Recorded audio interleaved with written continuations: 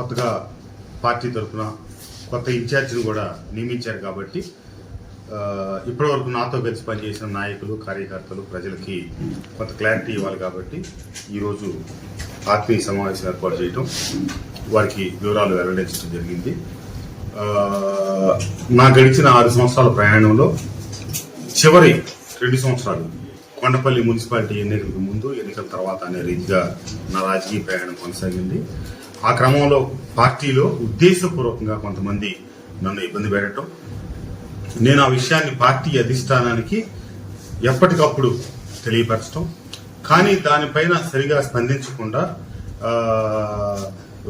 ఆ సమస్య నానాటికి తీవ్ర రూపం దాల్చడం, సాక్షాత్తు ముఖ్యమంత్రి గారి దృష్టికి కూడా పలు సందర్భాల్లో తీసుకెళ్ళటం, వారు క్యాడర్ మీటింగ్ కూడా పెట్టి ఆ క్యాడర్ మీటింగ్ లో కూడా క్యాడర్కి సరైన నిర్దేశం విషయాన్ని ఖండించకుండా వారు కూడా తేలిగ్గా వదిలిపెట్టడం జరిగింది. అది ఆ తర్వాత ఇదే కాకుండా సంక్షేమ పథకాలు ఒక్కటే బటన్ నొక్కి ప్రజలకు అందించడం వల్ల ఈరోజు ప్రజలు ఆ సంక్షేమ పథకాలన్నీ కూడా బర్త్ రైట్ అనేటట్టుగా ఫీల్ అవుతా ఉన్నారు.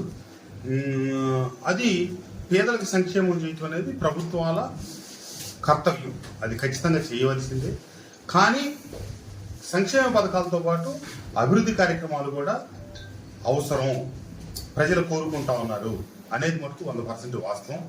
మేము గడప గడపకి వెళ్ళినప్పుడు, ఇతరత్ర గ్రామాల్లో కార్యక్రమాలకు వెళ్ళినప్పుడు ప్రజలు మీరు ఇచ్చారు మేము తీసుకుంటా ఉన్నాం, అవన్నీ అనవసరం, మీరు చెప్పారు మీరు ఇచ్చారు, మీరు ఇస్తున్నారు కాబట్టి మేము తీసుకుంటా ఉన్నాం, మరి మా ఇంటి ముందు కాలువ ఏది, మా ఇంటి ముందు డ్రైనేజ్ ఏది, లేదా మా ఇళ్ళకి పంపులు ఇవి, మా ఇళ్ళకి కరెంట్ స్తంభాలు అంటే వీటన్నిటికీ చెప్పడం సమాధానం ఇబ్బంది అయింది. ఇటు సంక్షేమం అటు అభివృద్ధి బ్యాలెన్స్గా వెళ్లాల్సిన అవసరం ప్రభుత్వాల మీద ఉంది. కానీ మనం ఏ కారణాల చేతనో ఒక విషయంలోనే మాట మీద నిలబడడం తప్పితే ఒక విషయాన్ని పూర్తిగా విస్మరించడం ప్రజల్లో ఇబ్బందికరమైన పరిస్థితి.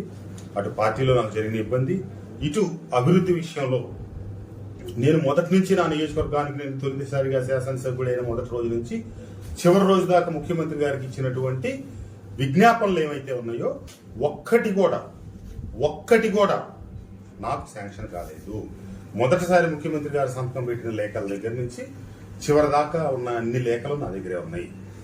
అట్లాగే కొన్ని బ్రిడ్జిలకు సంబంధించి, కొన్ని ప్రధానమైన రహదారులకు సంబంధించి జీకొండూరు నుంచి గంగినేని వరకు, అట్లాగే కందులపాడు నుంచి నాగులూరు వరకు శాంక్షన్ అయిన రోడ్లు కూడా ముందుకు సాక్క కాంట్రాక్టర్లకు బిల్లులు చెల్లించక వాళ్ళు బిల్లులు ఇస్తేనే మేము ముందుకు తీసుకెళ్తాం లేదా పనులు చేయమని చెప్పి ఆపేసి ప్రజలు తీవ్రమైనటువంటి ఇబ్బందికర పరిస్థితిలో ఉంటే నేను సాక్షాత్తు ముఖ్యమంత్రి గారి దృష్టికి తీసుకొచ్చాను. కాంట్రాక్టర్లు తీసుకురామని చెప్పడం జరిగింది, కాంట్రాక్టర్లు తీసుకెళ్లాను. కానీ అక్కడ ఉన్నటువంటి ఒత్తిడి వాతావరణంలో ఆ కాంట్రాక్టర్లతో కలవటం కూడా వీలు పడిన మాట నిజం. ఎందుకంటే అక్కడంతా ఈ రాజకీయ కార్యక్రమాలు ఎక్కువ జరుగుతూ ఉన్నాయి కాబట్టి ఇప్పుడు ఎన్నికల సమయం, టికెట్లు కేటాయింపులు వ్యవహారాలు ఉన్నందువల్ల ఈ కాంట్రాక్టర్లను అక్కడ అధికారులు కలిపే పరిస్థితి అసలు లేకుండా పోయింది.